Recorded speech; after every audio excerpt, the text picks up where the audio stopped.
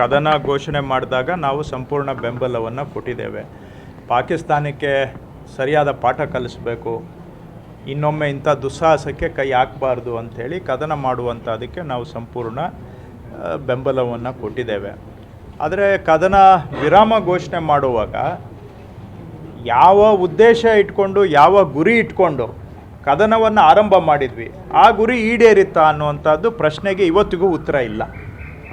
ನೀವು ಪಾಕಿಸ್ತಾನಕ್ಕೆ ಏನು ಪಾಠ ಕಲಿಸ್ಬೇಕು ಅಂತ ಹೊರಟ್ವಿ, ಆ ಪಾಠವನ್ನು ಕಲಿಸಿದ್ದೇವೆಯಾ? ನಾವು ಏನಾಗುತ್ತೆ, 3-4 ದಿನ ಏನೋ ಒಂದು ಪ್ರಯತ್ನ ಮಾಡಿ ಅಲ್ಲಿಗೆ ಬಿಟ್ಬಿಟ್ರೆ ಇದರಿಂದ ನಾಳೆ ಪಾಕಿಸ್ತಾನಕ್ಕೆ ಇನ್ನಷ್ಟು ಇಂಬು ಕೊಟ್ಟಂಗೆ ಆಗುತ್ತಾ ಅನ್ನೋ ಒಂದು ಅನುಮಾನ ಎಲ್ಲ ಸಾಕಷ್ಟು ಮನಸ್ಸಿನಲ್ಲಿ ಹುಟ್ಟಲಿಕ್ಕೆ ಸಾಧ್ಯ.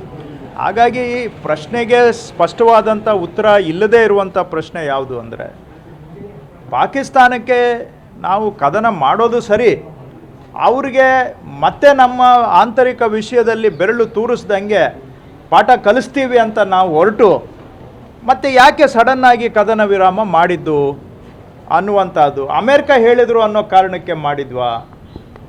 ಅಮೇರಿಕ ಹಾಗಾದರೆ ಅಮೇರಿಕ ನಮ್ಮ ವಿಷಯಗಳನ್ನು ತೀರ್ಮಾನ ಮಾಡೋದಾದರೆ ನಮ್ಮ ಸಾರ್ವಭೌಮತ್ವದ ವಿಷಯ ಏನು? ಹಾಗಾದರೆ ಈಗ ಅವರು ಕಾಶ್ಮೀರಲ್ಲಿ ನಾವು ಮಧ್ಯಸ್ಥಿಕೆ ವಹಿಸ್ತೀವಿ ಅಂತ ಹೇಳ್ತಾರೆ. ಇದಕ್ಕಿಂತ ದೊಡ್ಡ ಭಾರತಕ್ಕೆ ದೊಡ್ಡ ಹಿನ್ನಡೆ ಮತ್ತೊಂದಿಲ್ಲ. ಯಾಕಂದರೆ ಕಾಶ್ಮೀರ ನಮ್ಮ ಆಂತರಿಕ ವಿಷಯ, ಇಂಟರ್ನಲ್ ಮ್ಯಾಟರ್, ಜಮ್ಮು ಕಾಶ್ಮೀರ ಅವಿಭಾಜ್ಯ ಅಂಗ, ಭಾರತದ ಅವಿಭಾಜ್ಯ ಅಂಗ. ಅದು ಹಾಗಿರುವಾಗ ಯಾರೋ ಬಂದು ಬೇರೆ ದೇಶದವರು ಬಂದು ನಮ್ಮದರಲ್ಲಿ ನ್ಯಾಯ ಪಂಚಾಯಿತಿ ಮಾಡ್ತಾರೆ ಅಂತ ಹೇಳಿದರೆ ಅಲ್ಲಿಗೆ ಕಾಶ್ಮೀರದ ಇಶ್ಯೂ ಸೆಟ್ಲ್ ಆಗಿದೆಯಾ, ಮತ್ತೆ ರೀಓಪನ್ ಮಾಡ್ತಾ ಇದ್ದೇವೆಯಾ?